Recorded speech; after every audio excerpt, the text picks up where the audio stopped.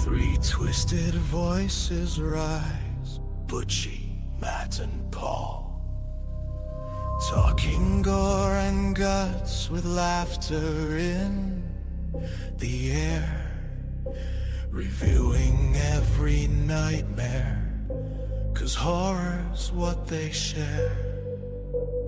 They don't need your ads or fame, they do it for the love and pain.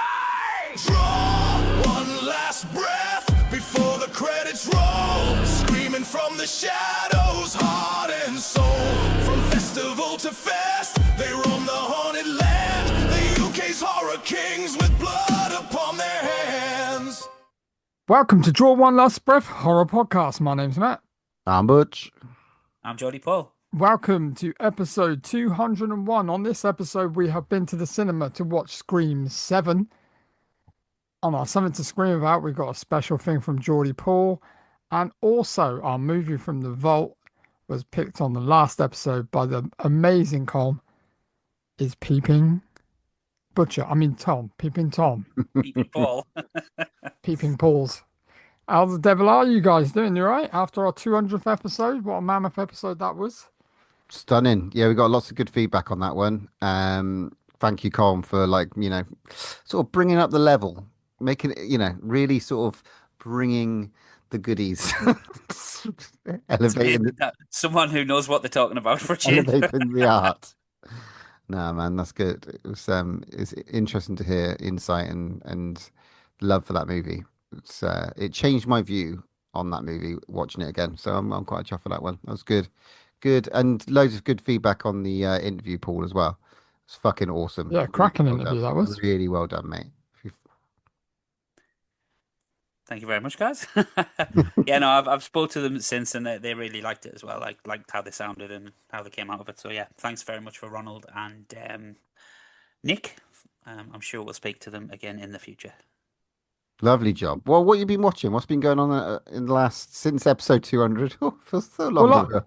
I'm going to go first this time because I never go first. So I'm going to go first. So sit back, relax, because I've watched nothing. No, I'm only joking. I've actually watched some stuff this time.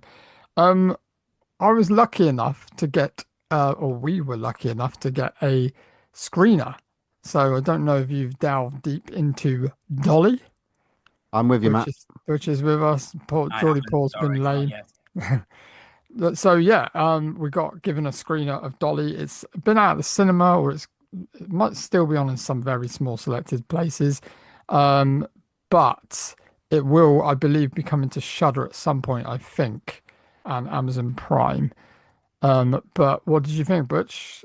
It's like a slasher, kind of Texas Chainsaw Massacre kind of slasher in the middle of the woods. Kind of grindhousey. It was really, really dirty. It's just so grimy. Like Sean William Scott is like, there's some absolutely disgraceful scenes in this movie. Really, really is. And they took some real liberties with what they did to Sean William Scott. Bless him. Yeah. Let's just say his whole performance was jaw-dropping. We'll leave it at that. Very, very good. But there's some fucking crazy shit in this movie. I've seen some ratings come out that ain't great, and I was like, did we watch the same movie? Because I thought it was pretty good. I had a good time. It was a solid all rounder. Had a good time, and do you know what? It was it's another one that's like come from a short as well. Yes, yeah. Short called Baby Girl, I believe. Yeah, like that's what it came from. Yeah. Yeah, I just like the 70s kind of grain feel to it because it looked like it was like made in the 70s, but I don't know, it's like it's almost like we've got a new kind of face, a new icon possibly with the mask and everything, because it is pretty fucking creepy. Yeah, the antagonist in this movie is genius, really. Yeah. We watched something similar in that VHS the latest VHS one. Do you remember when they went into the house and it was sort of all like that? Someone had like 6 titties or something like that, and there was a lot of like the 2 girls were sort of like in there, and they'd made yeah. something slightly similar. But yeah, this was good, man. It's just, but again, just I enjoyed it. Icky. I enjoyed it. Yeah, then dropped. Watched a film drop on Netflix. I don't know if you guys have caught it yet. It's brand new. Uh, called War Machine, with the man who has the most boringest name in the business, Alan Richardson. Bloody Tonk. I mean, he's great, Jack Reacher. Yeah, What was this like? It's a War horror. Machine is dropped. No, no, it's kind of Sci-fi, is yeah, it? it's kind of sci-fi, but it's pretty gory in places. But it's essentially what it's about. It's about this guy that wants to join elite rangers in America. It's very like, look, if you leave your fucking brain at the door, it's a popcorn movie. Yeah, just sit back, relax, enjoy the visuals. Because it's about a guy that wants to be in these rangers in America. Like it's like proper, yeah, like Marines, the hardcore Marines. And he goes to try out for it, and it's like 100 of them go into tryouts. And whilst they're trying out, there's something in space that they think is a meteor, but turns out it's not a meteor. And it crash lands basically near where they're training. And obviously they've got no weapons because they've only got like duds because they're training. Um, but it's thoroughly enjoyable. And literally, I could see the script being a script for a Predator movie. I go down that kind of ilk. Okay. Um, but yeah, it is definitely worth a watch. I've seen some people kind of rate it pretty bad, but I thoroughly enjoyed it. I'm a bit of a sucker for a sci-fi kind of like all that kind of like, you know, battle of what's it called? Skyline, Battle of Los Angeles. Battleships and Yeah, Battle of Los Angeles, all that sort of thing. Skyline. Think that kind of thing. Okay. If that's your sort of thing, you'll love this. Just forget about everything, sit back and enjoy the ride. And he's really good in it. He He's really good. deserves a bit of lead action movie. Yeah, why not Yeah. after all this action thing? Do you watch that Fallen Skies No, I never TV watched show? that. It's No. it's just popped up on Netflix. If you like that, worth a shot. It's about 5 seasons, I think, and that's very modern day V. Oh yeah, I knew you'd get Bingo on that. cards, bingo cards. Bingo, get your bingo cards out. All right, Yeah, cool. and then yeah, the only other thing I watched was not strictly horror game, but I watched the new remake of or retelling of Running Man, which was quite cool. Uh, yeah, what do you It's think? it's okay. It was all right. It was again worth a watch. Yeah, defo. Worth a watch. Who wants to go Stevens? next? Well, I can go next. I watched a couple of bits. Kind of went through just going through Shudder really, I think, and just picking out a couple of bits. But I watched. I think you guys have seen it. I kind of spoke to Matt about it the other day, and he couldn't remember if he'd seen it or not, but I think he has. The Night That Eats the World. The French zombie movie, is that right? Yeah, Yeah, very good. yeah. I thought, to be honest, I don't know. I thought it was good. I thought it ran out of steam a bit.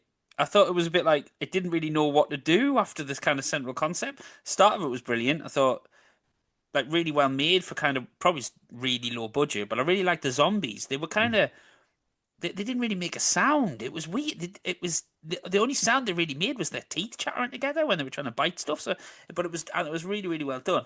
But I just thought it ran out of steam at the end. But yeah, that was just me. But yeah, it was good. A nice surprise. I watched a film that dropped onto Shudder called Crazy Old Lady. I've heard about this. I've heard a lot of people saying it's pretty good. It is. It is good. It's the two central performances are really good. Um, yeah, Crazy Old Lady. It's a bit filthy as well. One to check out then. Yeah, definitely. It's definitely worth a watch. It's Argentinian. Um, but it's very very weird and yeah, bit filthy. Made me squirm a bit. Was that other Um, Argentinian one we watched at Fright Fest? That Pussy something. Pussy Cake? Pussy Cake. Is that Argentinian? Yes, Yeah. it was. And I've never seen that come out. which is surprising because I thought that was definitely going to get a release. Um, I liked it. and then the last bit, horror wise, I watched a film called The Cleansing Hour. You guys heard of this? It rings a bell. I've not seen it, but it No, rings Have a you I'm bell. not. seen the artwork for it? The artwork looks really good. It's like basically it's an exorcism film, really. it's got Kyle Gallner in it. Oh, Butch loves him. So, and I didn't know. I Got a didn't man know crush on him. he just appeared, and I was like, "Oh shit, must have been before he was kind of famous." Um, yeah, it's basically they run like a TV exorcism thing, or like a YouTube exorcism thing, where there's a priest who exorcises demons, but it's basically all a hoax. And then the you've got two friends at the center of it. One's a priest, and one's the kind of tech guy behind it. The tech guy's girlfriend then gets roped into. They get let down by a stand-in for the next, and she has to pretend that she's possessed, but she actually gets possessed, and it's quite an Hmm. interesting kind of take on like what's going on. It's not amazing. It's definitely worth a watch. There are definitely some very good bits in it, and it's quite. Yeah, I know you probably think, oh, I've seen that before, but it's quite well acted as well. It could have been really schlocky, but actually they do quite well with it. And there's a couple of really good like insta deaths in it as well, which is quite cool. So yeah, but yeah, that was me, guys. Well, Nice. apart from Dolly, I've not watched anything. I think I rewatched Colossal with the wife the other day, Anne Hathaway, bit of a monster movie. But apart from that, nothing. I have been exploring Amazon though. There is a way, and I found it, and I've not found it since. There is a way to like exploit pull out. There's some indie funded horror movies that are being dumped on, movies in general that are being dumped on Shudder. I mean, Redux, for instance, is on there, and you pay like 4.99 for it for whatever. And there's a lot of movies like that that are on there for about 4.99. They're obviously being put on there by almost like a promoter, so you're like not Kickstarter in it, but you are it's sort of encouraging you to pay for it rather than free on Amazon to support the thing. But there is some good stuff on there. I mean, I've just found Boar. Do you remember that movie, the Australian Yeah, movie? yeah. So, but that one's on for free. But there is a subset of movies, mostly horror, that are like these sort of I know a lot of them are Fright Fest. A lot of them were like Fright Fest titles that are popping Hmm. on Amazon. And you pay for like 4.99 for them to watch. And Redux is one of them, and it is available to watch on Amazon Prime. So that's pretty cool. I So do want to watch. I do really want to watch that again. Actually, yeah, so I'm going to go down that little rabbit hole. I'm going to avoid my little Disney slasher movies for now. And give that a rest and just go down that little rabbit hole. Maybe watch one a week or something. Yeah, but yeah. Other than that, let's bust on some news because there has been some cool little trailers and stuff. So who's going first? I'll go first then. I sent a link to you guys for the new trailer. Is God Is? That looks pretty fucking mad. Yeah, Um, Starring Sterling K. Moss and Janelle Monáe. I'll watch her all day. I think Janelle Monáe is brilliant. Yeah, it looks really interesting. It looks really like, again, it looks kind of Tarantino-esque, but a bit kind of like, it looks a bit kind of I don't want to say, I don't know. It just looks interesting and indie and different and fast and quippy. It looks like it could have a funny edge to it. The trailer doesn't tell you loads and loads of it, but what I get of the gist of the trailer is it's two sisters and they have a mother, and it looks like their father was a nutter and set their mum on fire and one of the sisters because she's badly burnt, and they're seeking revenge. And it just looks like their journey to go and find them. And along the way, it just looks like there's just these amazing set character pieces. Just looks awesome. Looks right up my street. So can't wait to watch that one. Nice. Another trailer then. Shark movie. We know we love those. A movie called Thrasher. Everyone seen that one? It Nope. stars it stars Phoebe Dynevor from Bridgerton. And it's written by Like I Tommy. watched Bridgerton. Yeah, you do. I love that. Tommy Just expecting me to know who that is. Guilty Pleasure. Tommy Yeah, we know what Wakola. pleasure that's about. The director's Tommy Wakola. He's also the writer who also wrote Dead Snow and Dead Snow 2, which is Cool. fucking cool. And he just did. I mean, he directed Violent Night a couple of years ago with, That you was know, fun. yeah, it was good fun. So I don't know. It could be quite interesting. It's out in the. I think it's a Netflix coming onto Netflix the next couple of Everyone months. likes a shark movie. Yeah, man. It's hurricane breach in Florida by the looks of things. So yeah, a Oh, bit, so a bit bit like like that Crawl. crocodile. Yeah, Crawl, yeah. bit like Crawl. Alligator, sorry, not crocodile, wasn't it? Yeah. So there we I go. enjoyed that. That was good. Yeah. What were you, Paul? Um, sorry, excuse me. Chris Pine and Sophia Boutella have signed on to star in a survival thriller Yeti. Nice. God. So basically, an avalanche unleashes something primeval in the glacier ice. I did think of Butch as soon as I read it, so I thought, yeah, but it's Chris Pine, so don't know. Could be a bit of a sleeper hit, or could just be Tosh. Who Do you knows? think it would be like a comedy kind of horror Doesn't say it. satire? Well, I don't know, mate. It's kind of it's just kind of got greenlit, so it might be a Oh, while. okay, But yeah, it didn't sound like it from the synopsis. It sounded kind of straight laced, but who knows? Who knows? nice. The only other bit of news I had, lads, was just a bit of Exorcist news, and it's not really news to be fair. Mike Flanagan has cast Katie Siegel and Carla Gugino in The Exorcist. No, he Really? hasn't, has he? I thought Yeah, Scarlett Johansson was supposed to be in that. he is. She is. There's a big cast in this, man. There's Okay. John Leguizamo is Wow. has been signed on as well. I think Idris Elba's in it. There's quite a lot in it. It's quite an ensemble piece. So I who knows? think he's going to completely change it. I just got a feeling he's just going to take a massive U-turn. Fingers crossed. It's just going I'd to be. like Idris Elba. I just put it out there. I'd love Idris Elba to be the priest. Your Yeah. mother's with a stringer bell. Your mother's with us, Luther. Lufa! Lovely job. Anything else, Matt? Smashing down doors.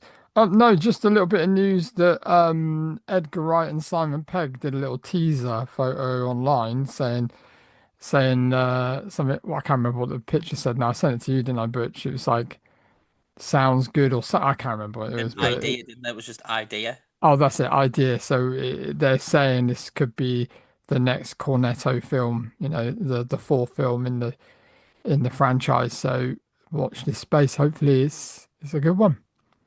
Just before we move on, guys, I just got a bit of extra news as well. It's probably worth mentioning. Bad news, really, but Bruce Campbell came out and revealed he's battling cancer. So, from the three of us, I suppose everyone associated with Draw One Last Breath sends a lot of love and our best wishes towards him.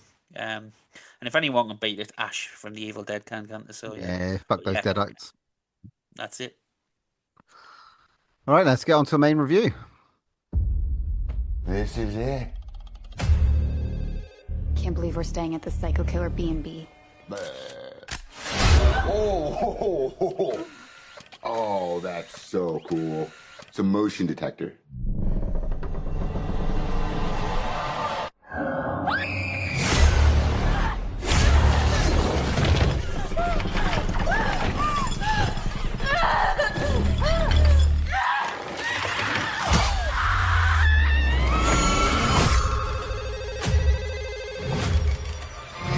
Hello? Hello, Sydney. Did you miss me? Nice little town you found. You and your pretty daughter. Reminds me of where we grew up. Well, you sure know a lot about me for another asshole hiding behind a voice changer. Oh, I'm not hiding, Sydney. Not this time.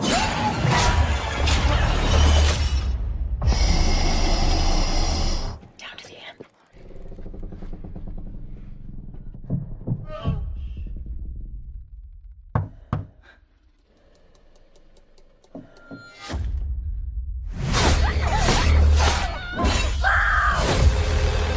I want to be a fighter, like you. If you hurt her, I'm not going to hurt her until you're here to see it. let's unmask this fucker.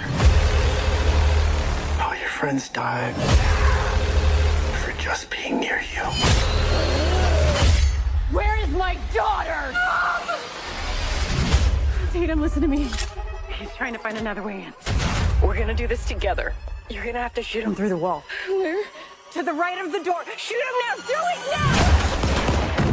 Oh, you got it. He's dead.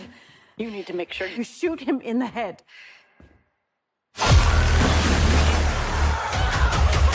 I'm gonna burn it all down. Mother...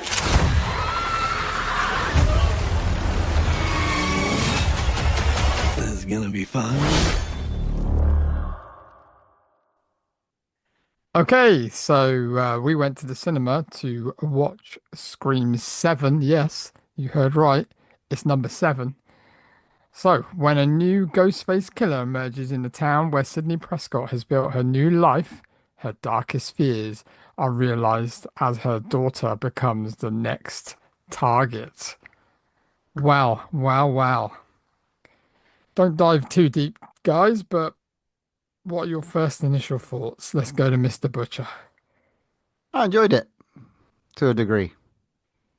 Perfect, Paul Stevens. I thought it was a big bag of shit.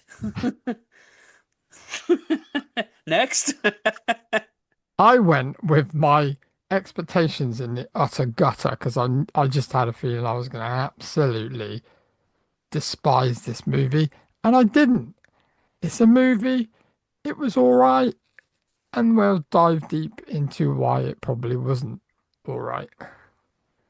All right, it wasn't. I'll tell you what, it wasn't. It wasn't. I Know What You Did Last Summer reboot or whatever the fuck that was last week. Oh, it wasn't last quite month. that bad. Yeah, yeah. No, I'll but give it I'll that. tell you what, I gotta say, I like enjoyed the story until the last 5, 10 minutes.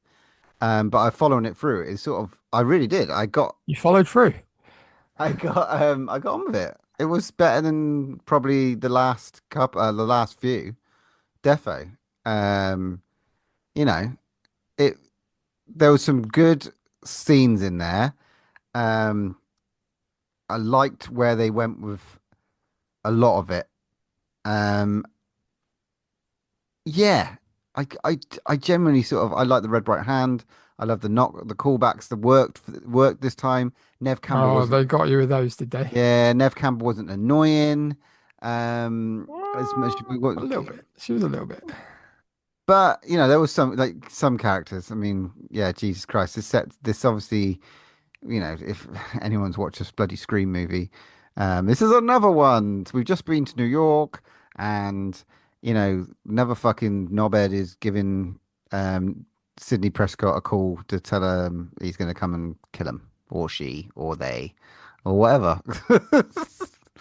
But yeah, there was some good kills, and I guessed half of the kill, spoilers, duo, trio, or whatever. I guessed one of them.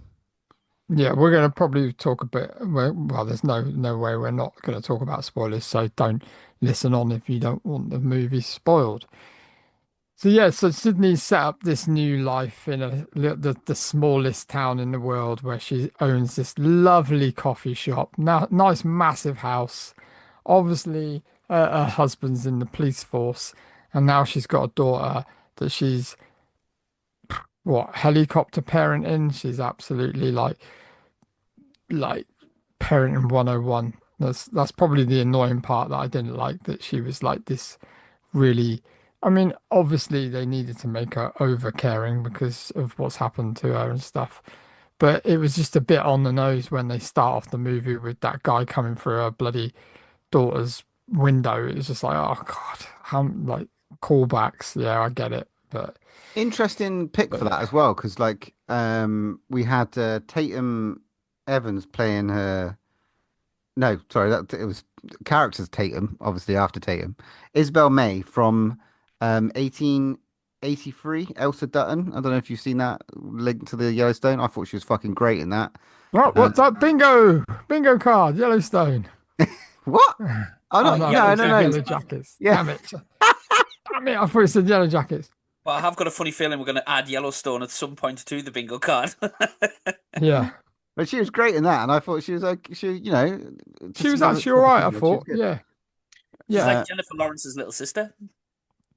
Yeah, she is. She is. Okay. And No, she isn't actually, but she looks.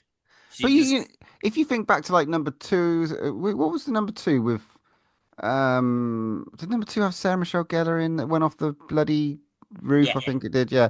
If you think about that sort of context, like those sort of friends again, like McKenna Grace, those sort of up and coming um actors and stuff like that. Yeah. Just chuck 'em McKenna in. Grace looks completely different to obviously she was in Ghostbusters. She's grown up a bit. And I'll tell you what I did like about this movie. There's a banging song in it, which is by Ice Nine Kills, and McKenna Grace sings on it. It's a really good tune. You should go and check it out. But anyway, back to the film. Yeah, there was some good, fun deaths in it. McKenna's was fun. Um, I the did like that death actually. That was pretty yeah, cool. Matey Boy from Gen V, was in it. You know, he landed on Oh, I thought I recognized him from yeah, something. That was it. he was Right. impaled on a beer pump. I thought that was pretty fucking inventive. I It was think that. that's where when they got to the pub thing, it was like obviously they set a curfew on saying like no one was allowed out, even though they just all went out to the pub and had pizza and beer and stuff. That's where it kind of like fell a bit for me. It was just a bit, now we're just, oh, here we go, we're gonna explain some like storyline and yeah, it just got a bit dull at that point, and I was just like, nah, this is getting a little bit boring. Mr. I, Stevens, you haven't said much. Come on. I know, because I'm just about to destroy it. So, right. Look, we're 7 films in, right? blah blah blah.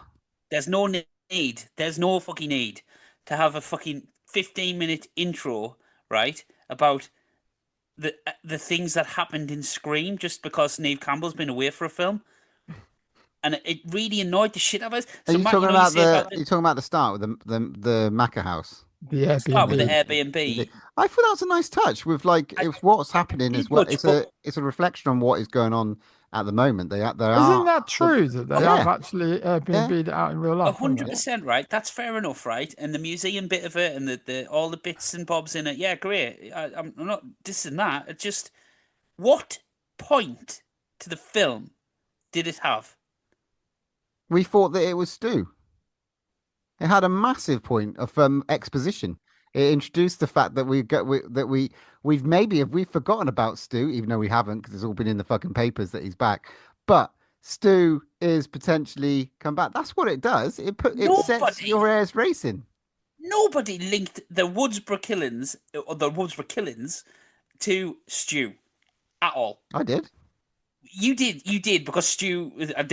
Don't get us wrong. We'll get on to Matthew Lillard in a bit, right? But let's just get that out of the way, because I just thought it was just an excuse for Ghostface to kill 2 people. I don't think it I had think anything. I didn't. I disagree completely. That was Okay, right, really, you're really right. good. But They sort of introduced that whole sort of Scream lineage into the first 15 minutes of the movie, which they always do. It was like with the Samara Weaving one, like with Drew Barrymore in the first one, and this yeah, but time I thought it actually worked. it didn't have any. There was no point to them Yeah, there burning was. the house down. There was no point to it. There was literally no point. The Samara Weaving thing, I thought was quite clever in that film, and the fact it set up a different killer. But it was I think actually you've just the whole completely copycat missed thing. This the point. just an excuse just to go, oh, it's Ghostface again, way. I One did like big, the bit where she falls onto she falls off the light and into the knife. That was quite good, right? Fair enough. Even though And the we've bit seen where that he in the shoves trailer. the knife into his temple was quite gory. It just didn't feel like Scream. It felt like it was trying to do something else. But anyway, you cut to the Neve Campbell, and she's got this daughter, right? Okay, Matt, you're perfectly right in what you're saying about overbearing parent, right? But it felt right, and I don't know if, again, you can disagree with me all you want here. It felt like she never had a daughter that grew up. She just all of a sudden had a seven. It felt like this is the script. You start. It didn't feel like they've had 17 years of her basically not letting her do anything out of her sight or anything like that. It was like, oh, all of a sudden, my mum won't let me out of the house. All of a sudden, my mum's a bitch for not investing time in me and all this type I of stuff. did, Hang on. yeah, I It was did. just I being didn't real. feel that the relationship between them was very real. Like, But you yeah, had this thing where it was like, oh, you've got to let go and you've got to like stop trying to protect her and all this type of stuff. But if she was that protective of her, she wouldn't be leaving her window open. You yeah, know, it would. oh, I'm going to unlock the door, unlock it. It wouldn't be anything like that. She'd be like, You naughty, wouldn't have a naughty, panic you room. shouldn't have a boy in your The room. thing is, like later in the film when they're trying to run away, and she's like, "Where's your go bag?" She's obviously in the past has said you need a go bag just in case we need to run, but she hasn't fucking told her about the massive panic room in their house. It was just a bit silly and it felt a bit contrived, and it was It's like, the seventh fucking movie in a franchise. Of course, I it's going to know, be but I stupid and know, silly. right? But the But first part of the movie was there was a point to that. That was to get everyone's Well, thoughts let's racing get about past the Stu. first. Let's get past that. I think you've both got a little bit of right in that. I think you've both got a bit, all obviously. right, so can I talk about the stew thing then? Sure. Yeah, go for it. Sorry, but the reason I'm being really harsh on this, right, is this has got a Scream attached to it. So we did Scream. We give it a 10 out of 10. It's a Stone Cold classic horror film, right? So you're gonna put that on there. There's a standard you're gonna have to try and hit. You can't just go, oh, it's Scream 12. It's gonna be shit because it's 12 films in. Well, no. Why not try and make a good one? Not just roll it out and just rely on the fucking mask as they always do. But anyway, sorry. So Stu. So obviously Matthew Lillard, we've killed all Fucking the old. legacy characters off, so we've only got one left to bring back. So let's do it. But I not. don't know. I don't know, guys. I think that's a massive missed opportunity. When they never announced, when did they announce he died ever in the franchise? He got a fucking TV dropped on him. Yeah, he was. Yeah. I But know. there's a So line. he's not fucking Michael Myers. This is like, he's not a fucking Jason. He's But a wasn't he normal. alive on the gurney when he went out in the first Scream, though? He's dead. He's dead. Both of them were dead. Billy Loomis and him were dead, dead. Dead. Right, okay. I I thought- liked it for a split second though, with the AI, with the use of the 15 minutes that they start at the start, that we thought, oh, they're going to go and do this crap, this fun horror trope where, oh, why not? It's a bit far fetched. Let's bring him back. And and I was like, yeah, everyone's just going to jump on the AI, fine. And then I was thinking, oh, next door neighbor, Anna Camp. Why have they stuck her in here and her son? We've got a potential for a drifter. And they were floating these ideas about. They were floating them. It was kind of cool. They were definitely setting pieces up. 'Cause Yeah. obviously, that's what they do. They go like, is it the crazy boyfriend? Is it the boyfriend that's a bit kind of Mm. like bit suspecty because he's like, Billy Loomis Mark II? Esque. Is it the friend that's obsessed with Sydney Prescott that has a mum that is a little bit crazy? And yeah, I just, yeah, I mean, look, it adds some really good kills in it. God knows how. I don't know how. The dad, Joe, Yeah, Jeff Winger.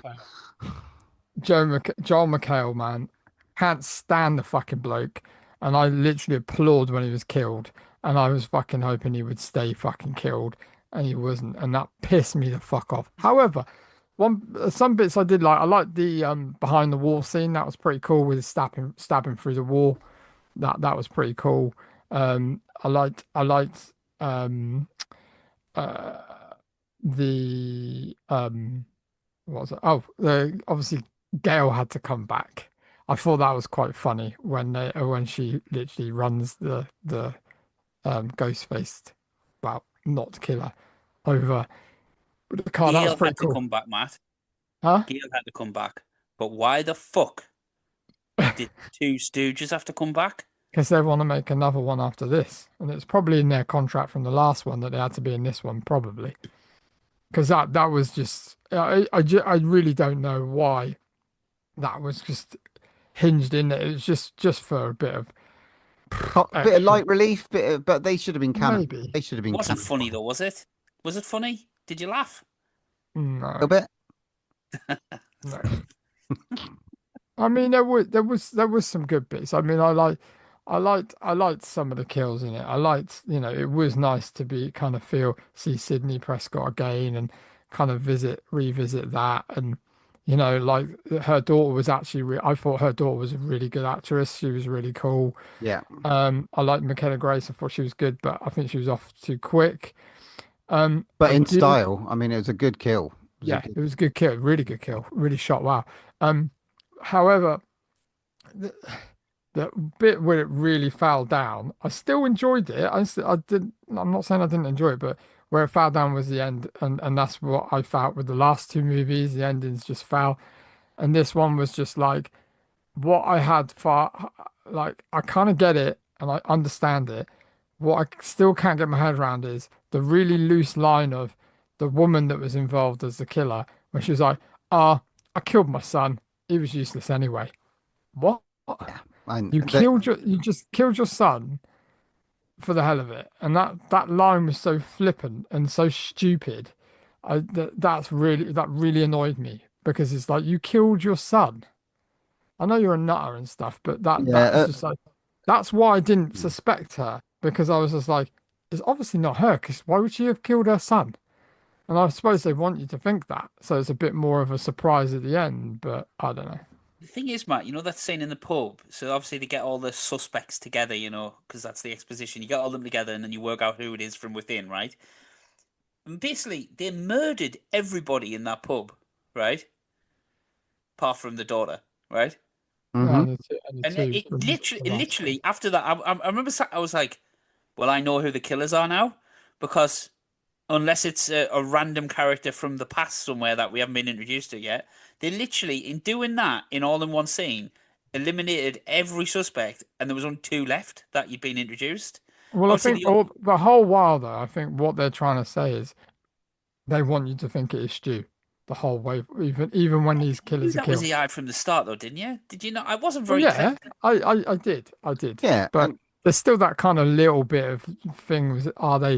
Is it or isn't it, or are they going to do a massive heel turn at the end? Do you know what I mean? But that's the thing. It just didn't. That stew thing then didn't really go anywhere because who were they trying to? They weren't leaving clues for the police to think it was Stew because every time someone said it's Stew, they were like, "Well, he can't be. He's dead.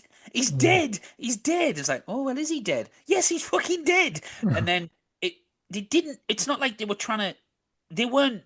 Like leaving a clue with like his fingerprint on it or something, or a cloth that only he had or something fucking like that. They had an AI deepfake, which was it created by your boyfriend? That was a bit weird. The laptop bit that wasn't really explained why he was fucking doing deepfakes. Oh, That was because he worked at Google or something, didn't he?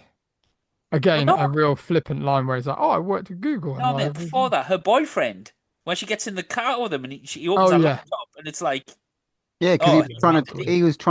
he'd seen him and he was trying to practice doing them, see if he Yeah, could but read. why? Why? Because don't he, why." I'm a That's really true. nice boy, Mrs. Prescott. I look after your daughter, but actually, what I'll do is I'll go, oh, I'm gonna kill you, bitch. They just What? needed they need some exposition just to get him out of Exactly, the mate. way, But didn't that's the they? problem with this. It was like, oh, we need to stick this bit in. We need to stick this bit in, and it didn't make sense. I think it You're right makes. at the I end. think it makes. I think it actually does make sense because it's sort of you kind of they're trying to lead us through down to suspect him. So you've got that fork in the road where do we believe that he is trying to actually recreate it? And you could believe that if he's a geek and he's a nerd, of course he's going to give it a go because it's his girlfriend and he wants to disprove whether it works. I think it makes perfect sense. It's a fork in the road because it sets the audience off. Is it him or is it someone else? I think it's Or good storytelling. or the writers Giving were it in the too much room and credit, they're but like, all the writers were in the room and they're like, "Oh shit, we need to get the boyfriend out of the way. How do we do this? Let's just quickly write this scene in the car where he like." But I don't know. I didn't guess that it was. I didn't guess it was going to be like the janitor from the hospital. I did guess that it was going to be the mum to an extent. But then I was trying to think if it's not, how can it why? be her because they've murdered her son? And Why that's what though? I know. But Like obviously in Scream you have motives, and I mean however tenuous they are, there's always like a link to the original kind of murder and or he killed her. I was fully expecting when this Stu it was like going to be Stu's family, an extended family of like oh they're trying to bring him back and give him the notoriety he should have had or something like that. I was thinking here it's Stu's family, um, but but they just didn't do it, Yeah, and then and you'd have been pissed I off just the you'd have killer been the pissed off if motives, they'd mate. done it that way. But the It's motives were terrible. oh It was yeah. like, do you know what it was like watching Spiral? You know the Saw film. Yeah, I know what wasn't you're quite that saying. bad. It's just like, oh, so we wanted to kill you off because we're mad, we're crazy. Well, They it was didn't. They weren't went even a into week. the. They weren't even into. Like in Scream. Was it Scream 5 when the two at the end? They kind of had a motive. They were really into the sort of movie, and they wanted to sort of carry on the killers. They kind of had an actual motive at the end of it. These two, three, I guess, were just. It was a bit weak, but Yeah. the journey to get there, I didn't mind it. But Well, the, that's the what only was it? point it fell flat for me. Her motivation was she was in an abusive relationship. She read Sidney Prescott's book and then got the courage to murder her husband, and then went mental at Sydney because she disappeared. Hmm. But where did she disappear? She went and moved next door to her. So how did she disappear? Do you mean she wasn't in Scream 5 or Scream 6, which was mentioned about 10 million times as well? We get it. Neve Campbell wasn't paid enough money to be in Scream 6. We get it. We get it. I like Ugh! I like the use of the AI deepfakes to bring back a little snippet of David Arquette and the mum, or Billy Loomis's mum, and then her brother, wasn't it, from number 3? Yeah. Yeah, Yeah. or step brother, half brother, whatever you want the fuck. So that was kind of a nice little love. I like that, and we got to see Matthew Lillard on screen. And to be honest, he fucking killed it as fake Stu. To be honest, I kind of enjoyed those moments. It did look, yeah, I mean, it looked like he'd done it in his backyard, but Yeah, but yeah, mate, he got paid for yeah, it. yeah, So man. Fuck it, I just let thought him have a payday. it was a bit of an anticlimax. I Oh, there thought it we was go. gonna be a bit. I mean, I enjoyed the performances were good. Some of the kills was good. It was nice. It was nice to see Campbell back. I didn't. I thought she was great in it. Apart from some bit set pieces around it, and it wasn't the worst Scream I've seen. No. It isn't the best. Obviously Scream is the best. Scream 2 is good. The rest is I can give or take. Yeah, I put this one maybe just below Parker Posey. God. But like again with Matthew Lillard, like I sat down the other week and watched Hackers for the first time in a long time. I love Matthew Lillard. He is like pure 90s gold. He is a one-trick pony, yeah. Yes, he really is, but I fucking love it. I don't know. But why not? Why not? Yeah, Scream 7, we did it. We've done we've reviewed Scream, we've reviewed Scream, and we've reviewed Scream Scream 6. 6 and Yeah. now Scream 7. So we've done 4 out of the 7. It's not bad. Yeah. I mean, like I said, I went with my lowest expectations, and I didn't come out hating it. No. Well, they've Yeah. already greenlit Scream 8 because it's made over What, a Scream billion what? on it. Scream what, mate? 8. Yep. Yep. Just So wanted to we'll see. be reviewing another one. Yay! Of Fuck's course. sake. Why not? They'll probably pay what's her face enough money to come back. Yeah. Lovely But job. How are you putting a number on this one? I would love to hear Geordie Paul's number. yeah, let's go with the lowest first. A 10, no. 10 minus 7. I'm going to give it a 3. I thought it was a load of shit, guys. I really didn't like it. I didn't get on board with it at all. And it's getting a 3 because of the beer kill. The beer pump kill I thought was quite funny. Nice. But I didn't think it was Scream, if that makes sense. It felt a bit like I thought it was very Scream. extreme for Scream, if that Every- makes sense. I felt the beer kill was a bit out of kind of style of Scream. Yeah, Yeah. that was a 1-1. It was pretty new and nuanced, kind of cool. Yeah, But it felt yeah, like it was like, this new kind of like in a violent nature type of kill, Yeah, terrified. yeah, yeah. That's what they're going for when yeah. they're going for gore with that one. Yeah. Butch, Matt? Well, I'm going to give it a 7 for 7. No, I'm going to give it a 6 for 7. It's a 6 for me. It's a definite recommend. I enjoyed the kind of flow of it and the style, and it had those blueprints of it, and it worked for me. So yeah, 6 for me. I'm going to go straight down the middle with a 5 for this one, halfway, because like I probably would watch it again if it was on something for free, probably just for shits and giggles, just to see if there's anything I missed. And I love seeing Neve Campbell back. Hopefully she'll be in some more movies because I think that she could be in better stuff with a bit more grit, and I'd like to see her in something Wild like Things I'd love 2. to see her in a Tarantino movie or something like that with a really meaty part. What did you say, Mr. Stevens? Wild Things 2. Electric Boogaloo.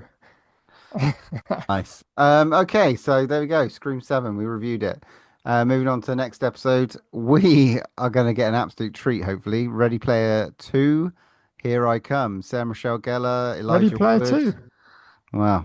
Ready Player 2? What did I say? Ready Player 2. Ready Player 2. Ready or not to? Here I come. Ready or not, here I come. I should Oh, have called it Here I Come. Fuck's sake. Why didn't they call that? there we go. Anyway, let's move on. And It's now it's been always a something to. long day Sorry, man. without you, my friend.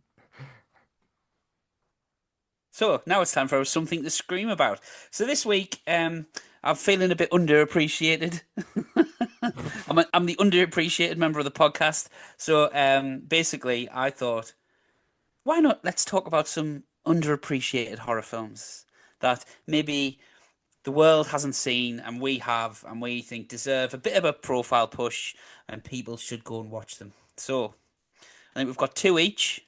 Do you want to go around the room once Yeah. and back again? So Matt, you who complains about not going first all the time, this can be the one where you go first every time. Why, thank you very much, Mr. Paul Stevens. My first movie, and I don't know if you guys have seen it, maybe Butch has, I don't know if you have, Mr. Stevens, but I have gone for 2019's Haunt. Have you guys seen that? Yeah, loved it. Yeah, Yeah, oh, you have that's seen it. that's Brilliant. a crazy one with the escape maze thing with the clowns and Yes, stuff. Yeah. little synopsis on Halloween, a group of friends encounter an extreme haunted house that promises to feed on their darkest fears. The night turns deadly as they come to the horrifying realization that some nightmares are real. I just thought it was a different take, really stylistic. You know, it's a teenage. It almost could be like an entry level for teenagers. It was cool. The acting was great. The sets were dressed really, really well, and I thought it had enough twist in it, especially the ending, which is crazy. Um, it was just a real fun movie, and I just don't know if enough people would have run out and seen it. Now, the guys that basically directed it was Scott Beck and Brian Woods. There's writers of Quiet Place 1 and 2 and The Heretic. So that's obviously what they did before this. So if you like that, this is the kind of same kind of stylization of writing. So it's really good. Go and check it out. I don't know if it's on Netflix. It was on Netflix because that's where I saw it. I watched it last year. I think it Oh, was one of really? them I watched, and I didn't realize you guys had seen it, and I was well impressed with it.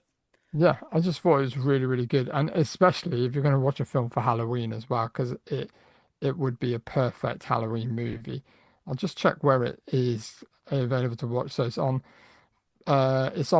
Amazon Video, Apple TV. It looks like you can rent it most places at the moment. Yeah, that's me. My first one. Butch? Yeah, I'm going to start with a movie called Feast from 2005. It has a bit of Jason Mewes action, a bit of Henry Rollins action in it. But, you know, it got me thinking watching that Grizzly Night, something good out of that. Josh Zuckerman was in that, and he was also in The Feast. And this is, I think, is just a hidden gem. It's a great monster movie. It's literally just a load of people stuck in a bar with monsters attacking it, and they got to survive the night and longer. It's fucking fun. It is It's good really, fun, that really good movie. fun. Really gory. It's like an 18. So much blood and gore in this movie. It's fucking good, man. Yeah, loads of real practical effects and Yeah. stuff. Yeah. Definitely worth a watch that one. You seen that, Geordie Paul? I haven't, no. You, Oh, put it on your Remember list. putting the you, DVD out many a time yeah. at work.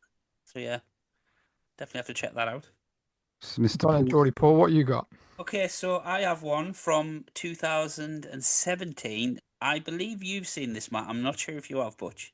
But it is from 2017. It is The Ritual. Yes. Yes, I have to. That's the Scottish one, isn't it? With Rafe.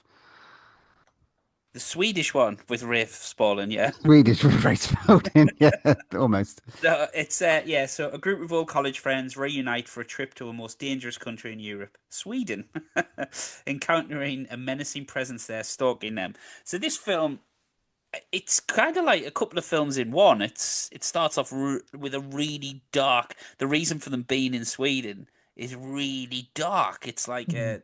I don't want to spoil it because I think you should go in but it really got me on edge. And then it's kind of then it goes into kind of like a paranormal type thing, but then it pulls into this like folk horror, and then there's an amazing kind of design, should I say? I'm trying not to spoil things, but there's an amazing design element to it at the end, which is fucking mental. I'll tell you It, what bit sticks, sorry to interrupt, but what bit sticks in my mind without spoilers again, there's a scene where in the woods where it takes it back to the said thing that why they're there. And it involves a supermarket in the woods, and that bit is filmed fucking phenomenally. The way they integrate the woods with the scene is fucking mad. Sorry, but I had to get out. yeah, definitely, fully agree. Oh, Matt, second choice. So my second choice is a movie. I don't know. I don't think either of you have watched this film, but it's called Versus. Have you seen this film? No. So this is a Japanese film, as so it's foreign. So if you don't like foreign movies, don't bother watching it. But it is fucking brilliant. So it's set in the present, where a group of ruthless gangsters and an unknown woman and an escaped convict have met unwittingly in a forest of resurrection, and this is where the 404th portal to the other side is basically saying that there's like 666 portals in the world, and this is the 444th.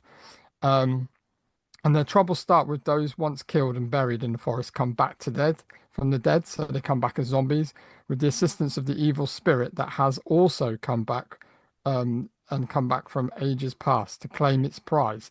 The final standoff between light and dark has never been so cunning, so brutal and so deadly. This is where old Japanese samurai mysticism meets new world gangster and gun, gruesome, bloody, and positively bold.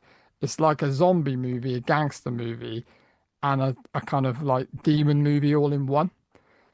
It's so gory, and the kind of like samurai sword work in it is insane.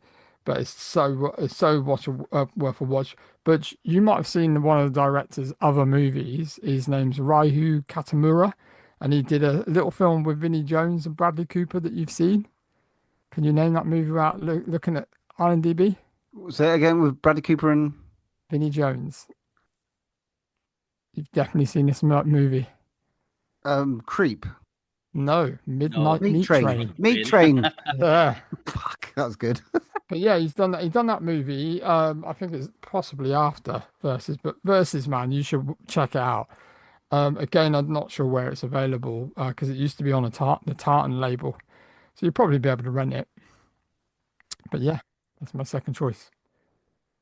All right, I'm going for a little weird one here from 2004, which you might have all seen. I don't know if you remember it.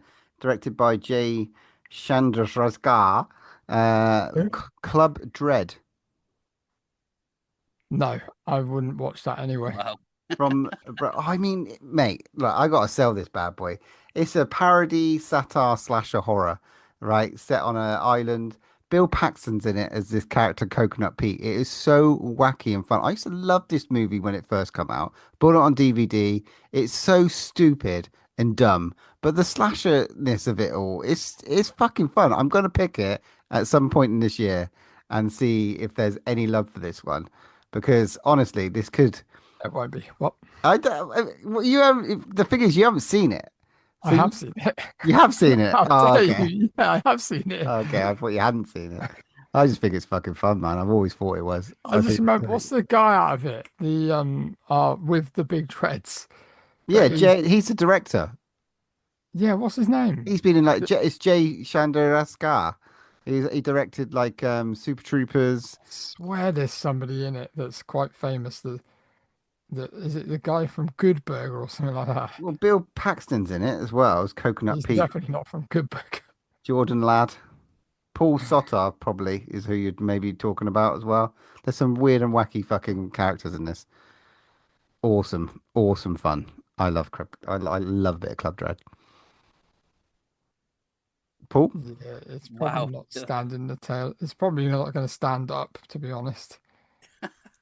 Okay, so my second one's a bit kind of out there. I don't know if you guys have seen this or not, but I watched it and I kind of really enjoyed it. It's from 2015 and it's called The Invitation. Okay, yeah. Do you know what? I think I nearly picked this. That's well weird If I think it's the one I'm thinking of. When a man accepts an invitation to a dinner party hosted by his ex-wife, the Yeah. unsettling past reopens old wounds and creates new tensions. So good. So fucking good, this film. Yeah, it's Don't spoil it. a good tension builder, isn't it? It does. It kind of you don't really know what you're watching, and it kind of builds up to this like really, really, really tense kind of atmosphere, and then shit kind of hits the fan at the end. So You yeah, seen it, no, Butch? Have you seen this? No, I haven't. I haven't. Oh, mate, you need to watch it, mate. Seriously. Okay, I'll give it a shout. definitely worth a watch, Butch. Even Cool. if it's just for the end, it's like All right, I'll give that a look. Nice it's one. really, really worth it. Really worth it. It's good fun. Some good picks there, especially Club Dread. So yeah, get out and watch those bad boys. And it's got a character called Coconut Pete. What's not to love? But, on social media, guys, to anyone who's listening, our regular listeners, I know they're out there. You guys hit us up and tell us some of your underappreciated gems that we might not have seen, and who knows, we might do for a future review in the podcast. Cool, Talking cool, of that, talking of that, do you remember a little while ago we had a an email from somebody about they were going to do a magazine piece on us? Yes. Yeah. Do you remember that? Quite a while back. Well, Yeah. it was published online. Lou and Courtney has got hold of me. They basically do a zine for Oxford Brookes, and they finally got funding for it to be actually physically made. And it's coming out now. It's called Obscene, and it's basically going to be available on their campus. I don't know where else you might be able to get it from, but it's really cool. It's going to have our piece in it. Shit. Yeah, so when we get it, we'll talk about it a bit more. I'll probably read the piece because we've got some copies coming our way. So we'll have a little read of that on the next Ah. episode. Exciting stuff, man. Right. Shall we move on to our movie from the vault? Look out! Look out! Look out! Take care. You are being watched. We repeat, take care, for you are now alone with a killer. We warn you, don't let him see the fear in your eyes. For this is what he seeks, and this is why he kills. Where are you? Where are you?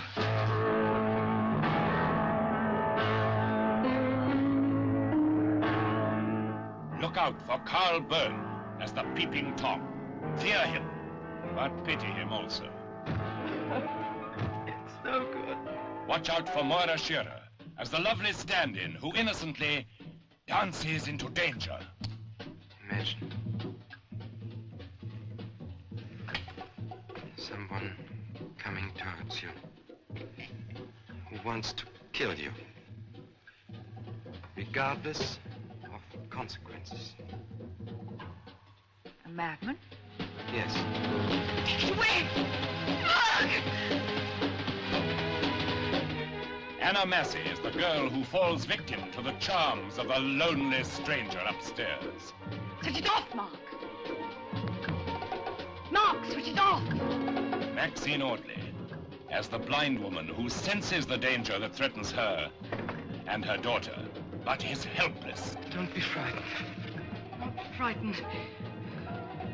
Hot. So put that camera away! There is no future for anyone who tries to befriend him. He invades the privacy of innocent people till the piercing eyes of his camera meet the terrified eyes of his victims. And with a compulsion akin to madness, he shoots the final, fearful scene.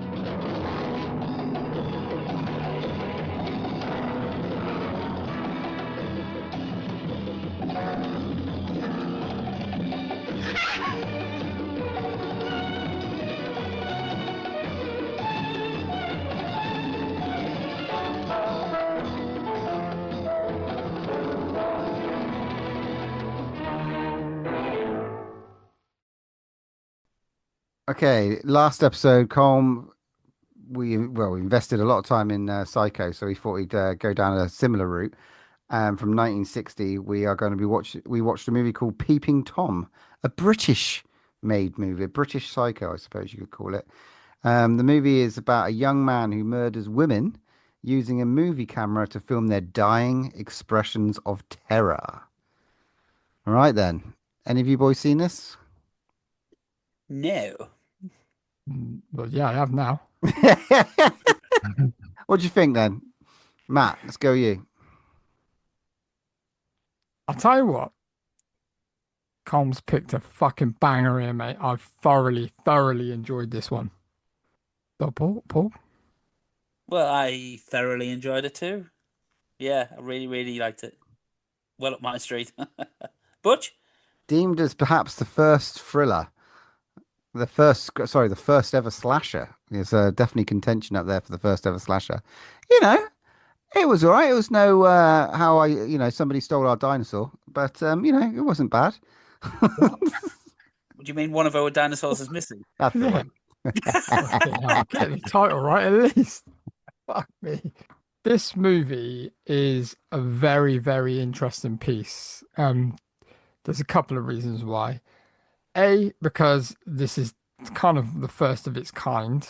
Um, it's British. It's got a lot of content that was frowned upon and not talked about and never really seen for these times. I think it's a incredibly well put together movie. I think it's really well written. I think the fact that it makes you think it's kind of it is a bit psychoish in places, but you're like, this one really toys with the fact, is he actually a good or a bad person? And it kind of looks at the psychology behind of what's happened to him and why he is like he is. And it really kind of gets to that point with the pieces that it shows. And I think it's really clever. And I absolutely loved the shots in this. And I thought the colors were fucking fantastic. It's even got like a fucking musical piece in the middle that was so well done. Looked like it was shot in pretty much one take. Yeah, I thought this was an absolute masterpiece. It really was, and it was really interesting as well. So yeah, I mean, obviously the film follows Mark, doesn't it? Who he's a focus puller, I think he is. Is that what they're called? And basically works in a film studio, kind of working on the cameras. And obviously he has this deep kind of obsession with, well, his camera. And then I think you've played very well. If we talked about kind of Norman Bates in the last kind of episode, there's just something terrifying about him. Have you ever seen the film 10 Rillington Place? Yes. I And did think of that when I was watching this. got vibes because Yeah. just that character, and it's kind of the same thing when you're watching kind of people like, I mean, rest in peace Tom Noonan and stuff like that. He plays such an imposing kind of character, but without the kind of evilness to it, because like all the evilness is kind of shown behind the camera. And what's and Um, what's re and sorry to stop you there, but what's really interesting as well with this character is that most people you think villains, they look a bit weird and a bit odd, which he is a bit odd in some places, but generally people look at him and think, oh, he's good looking because he's a good looking. He looks after him. He's got a nice haircut, well looked after, quite a good looking chap, you know. And then that's where he fools you, I think, as well. he kind of Sorry. bleeds in the background, doesn't he? He's kind of Yeah. anonymous. Everyone's kind of just disregarding him, um, and everything. And he's kind of keeping it together, isn't it? Until he kind of meets a woman, and kind of it's, and I suppose that's where the similarities of this and Cycle come from, isn't it? The kind of the fateful meeting of a woman who kind of like sets off a different kind of mental state in his head, and then he lets his guard down and it all unravels. But yeah, you kind of find out from this woman who lives in essentially his building. It's his house and he's renting it out, and she kind of kind of forcefully barges her way into his room. Really, there's no kind of bones about her, and she sees his kind of old home videos, which he offers to show, but it's them, without really being too kind of graphic, were really disturbing. Like, and lights shining in kids' faces and like waking them up in the middle of the night and chucking a lizard on his bed and him screaming, and obviously you find out his dad was like a scientist and really wanted to like, and was fascinated with kind of fear and that looked like and what that did and what that would infer like a kid if they felt fear all the time. What would they grow up to be and things like that. So yeah, no, he was basically just abused as a kid. Basically, yeah. With also the running theme through it was kind of voyeurism, where he was like a peeping Tom. He was like, I don't know if his dad was a bit of a peeping Tom as well, but he like told him to look at people. And it's weird because in this, well, not weird, it's like the trigger points for him throughout these kind of killings is when he turns, is when he sees something like two people kissing on a bench or two people kissing down an alleyway. It like triggers him back to being like, I don't know, fanatical about what's happening. He must go and kind of kill and fulfill himself. It's almost like he's two different people, isn't it? Like, he's marked He's as a good person and is he was marked as a bad person. also not really in his mind, I think, in his weird, interesting mind. He was not doing the killing. The camera was the villain in this piece. He was the sort of I don't know, the caretaker of that weapon. Really, he did if he captured it on film, he kind of it had to kill, if you like. And it's an interesting weapon to use, and that's why it sort of, I suppose, could fill into that slasher um, role, maybe more so than Psycho, because there were sort of almost like multiple victims in this movie, which would sort of fulfill that sort of, I suppose, the slasher brief. It's a movie to be studied, certainly, and there's a lot of really interesting, um, similarities between this and obviously Psycho. The comparisons are amazing with the sort of parental influences on their character. Freud would have a fucking field day with this, and it got me thinking about like when a psychopath when they started like really experimenting on psychopaths and stuff, and you think about this sort of era when they sort of had the electric treatment and all those sorts of stuff, all like when you look at Ratchet and One Flew Over the Cuckoo's Nest, which is like later, I suppose, 70s, but it's sort of like they really were investing time into sort of trying to come up with like the psychopath test and all this sort of stuff. And I thought it was really interesting at the time that it was sort of come out. And, it was captivating in that sense, like really sort of drawing from a character study. It was really, really cool. I think it also captures that time really well. Is like, this was like the porn industry was not about. It was like all sleazy, down back alleys. You That's know, his side hustle, isn't it? As well as working, Yeah, like working when for he the goes, local that guy goes into the news the agent. news agents. That is, I love that in this film as well. There was comedic like things as well, like the news agency, and the director with the actress that was just hard work to work with, making her do the scenes over and over again. And there's so many funny bits in it. I mean, even like to the kind of like police that were investigating, they were stupid as well in places. It had that kind of edge to it, which I thought was cool as well. I could see like Argento Zai a lot in this. You could see where he gets some of some of his influences, and especially when we watched Opera. Opera was Argento, was that? Yeah. Yeah. So I could see those sort of differences. Obviously, he took it a step further in terms of the ways that there's kills, but there was even like body horror in a way, like with Cronenberg, I suppose. Like he was taking pictures of women. He had his sort of like little floozy was sort of well up for it. She was almost jealous of his desire to film other people. And like he was really interested when he sort of saw the woman with like was it she had like a slight deformity on her face and sort of stuff. That was really cool. There's really surprising bits in it that I wouldn't have expected. Like there wasn't any. Was there? I can't. Was there a flash of nudity at the end with the white haired woman towards the end when he was taking photos of her? Yes, well, I think there was supposed to be nudity, but there's a couple of different versions of this film, and I think we watched the American version because is it Millie, the lassie goes to kind of shoot. I think in the British version She's a naughty girl. she's nude in it, but then I think the Americans needed her to cover up, so I think they shot it twice. Right. But there's definitely a couple of different versions of the film, so Well, I might have we some probably got facts stiffed on on that that. one. I might have some facts on that one. Oh, Sort attacked of. by a gremlin. It's got to be more interesting as a study of a movie, but like Psycho did make me feel, I don't know, a lot more. Maybe that was the music that I sort of got on with a little bit more of it. But I really like, I interesting. do see the comparisons with Psycho, but I think this is a standalone film Yeah, completely. And yeah, I really enjoyed it because I just had no idea what it was. It was obviously about, Peeping Tom. I was like, wow, is it just going to be a film about Peeping Tom? But it's obviously much, much more than that.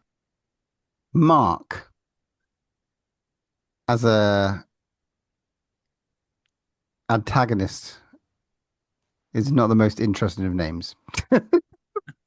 I think that's probably his design, isn't it? So you don't what if he was called fucking Luther Van Scary Man, you know what I mean? It's like Mark. It's like yeah, bland and kind of fits in the background, so you don't kind of suspect him.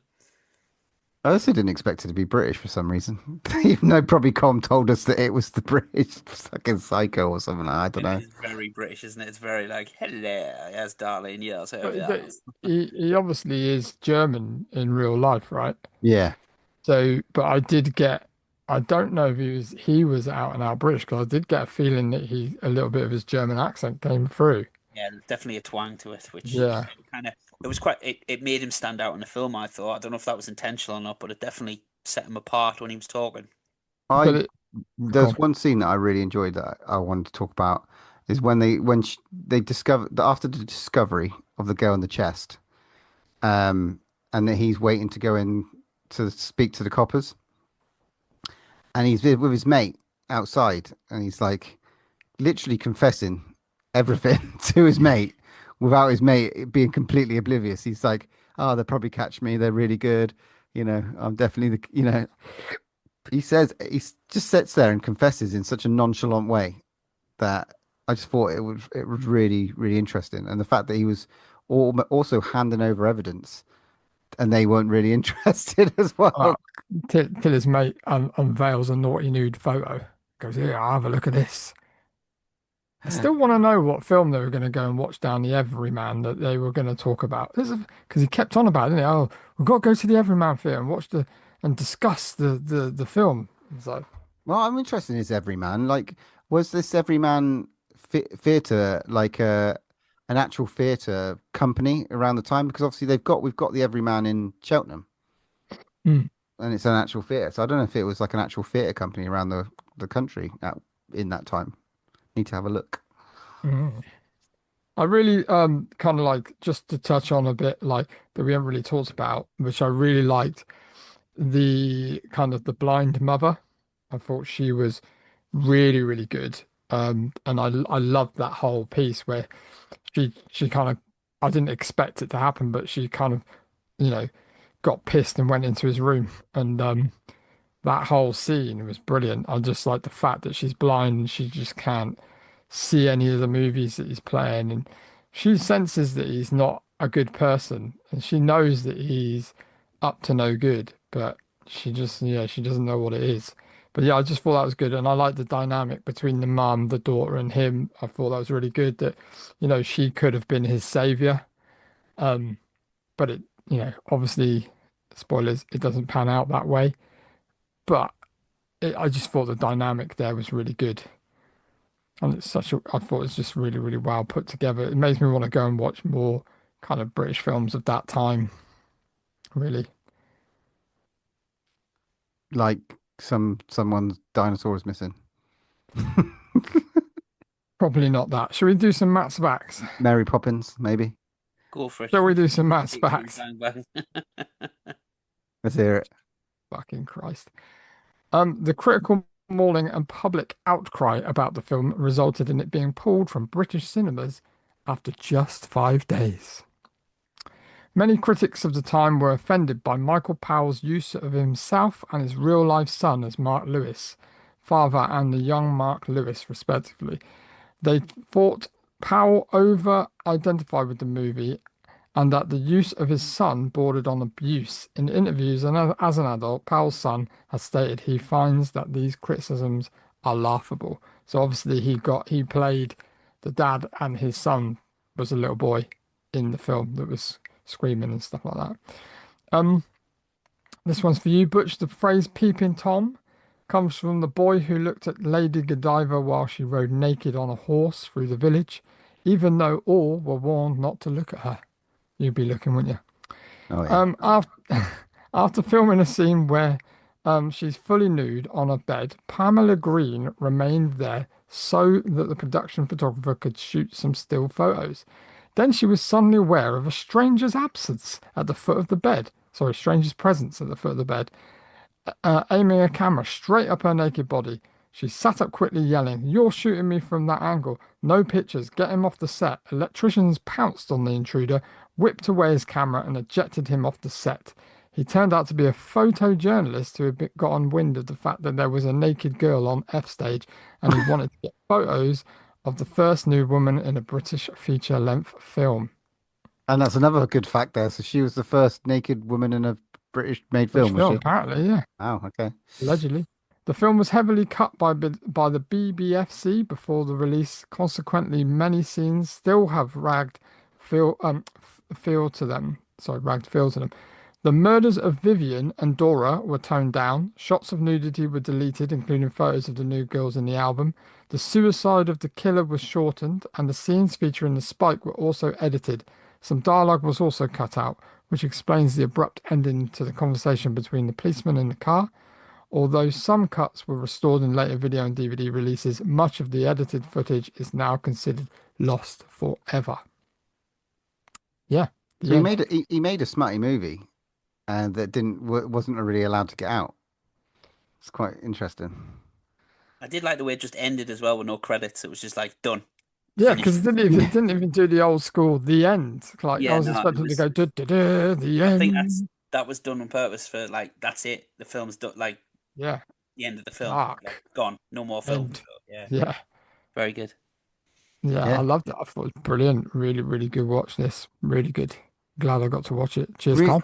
Yeah, really kind of important movie in the Massive. in the lexicon of cinema. I mean, I've seen this film at work all the time. I picked it up and thought it was just just because it was called Peeping Tom, and it was made around that time. Automatically just thought, it's going to be one of those kind of smutty British movies that were 10 to the dozen around that time, Carry On, Peeping Tom or whatever. I didn't realise at all. Sid James pops up. Yeah. Yeah, Barbara Windsor. Yeah, I don't know. Oh, matron. Really What interesting. rating it then? Butch? Rating Butch. Oh, about a 9 out of 10. Strong 9 out of 10. It's a fucking proper, really, really, really well put together movie, and it's got like layers of influence over so much stuff that we watch. Yeah, I'm going to give it a 9 out of 10 as well, Butch. Completely agree. Really, really enjoyed it. Really, really enjoyed it. Yeah, I totally agree with that. 9 all day. I'd love to watch it again sometime as well. I definitely consider buying it if it goes into some sort of sale. That sounds really bad. I'm just a cheap bastard. But yeah, I'd love to see kind of some commentary on it, or like some people kind of delve into it a little bit more. But yeah, it's really interesting. I love the way it's shot. Love the use of colors and light in it, and yeah, I think it's one of those hidden gems, probably. Yeah, well, it's got like a massive cult following, hasn't it? Because of its sort of like. Well, Scorsese. It's one of Scorsese's favorite films, isn't it? Yeah, it is. Yeah, it is. Right then. Well, come on. I want that. We've been a bit, snobby and theatre lovies for the last couple of films. Come on, what we got next? Right. Well, Terminator 3.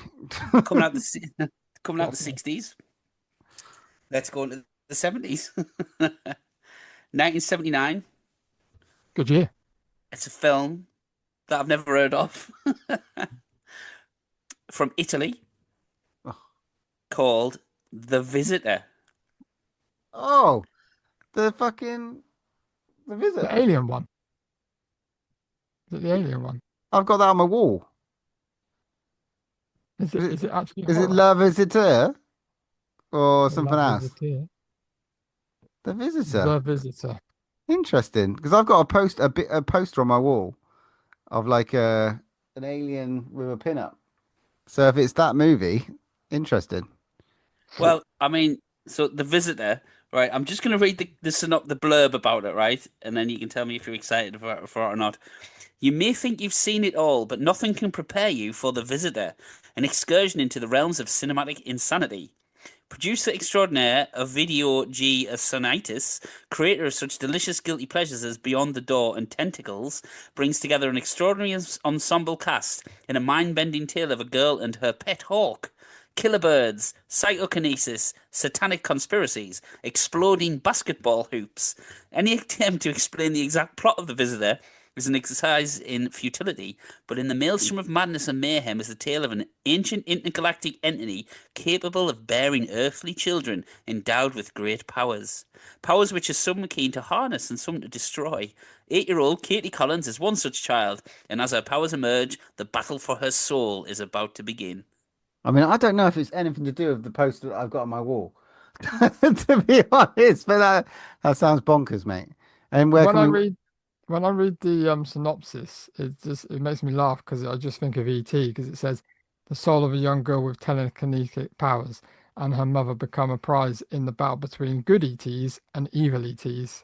Just it makes me think of like bad and good ETs. I'll be like, I'll watch that film all day. I'm right. Yeah, it looks very arty. Darling. There you go, right up my Your street. movies. Well, you have one of your movies. For sure. But we haven't seen it, have we? None of us have seen that. Where can Nope. we watch it? Arrow. Lovely job. Smashing. Lovely jubbly. That's gonna be really fucking weird. Folk horror sci-fi. Why not, eh? Fucking you. When's my pick?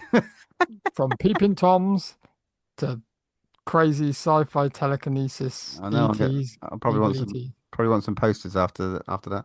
Okay, wicked. That is episode 201 done. Thanks very much for listening. Like Mr. Stephen said, if you've got anything, some guilty pleasures that you'd like us to delve into, get up on our socials and let us know. Moving on to episode 202, we have got loads coming up in the cinema. Waiting for us next is Ready or Not 2. Here I come. And then Paul has just pulled some fucking weirdness from the vault. It's like, yeah, it's in a little Arc de Triomphe, I think, in the back. We're going to be watching The Visitor from 1979. And there's only one more thing to say. When there's no more room in hell, here's another podcast. I am the devil, and I am here to do the devil's work. You can follow us on Twitter at DrawOneLast, Instagram at DrawOneLastBreath, or pop us an email at DrawOneLastBreathPod@hotmail.com.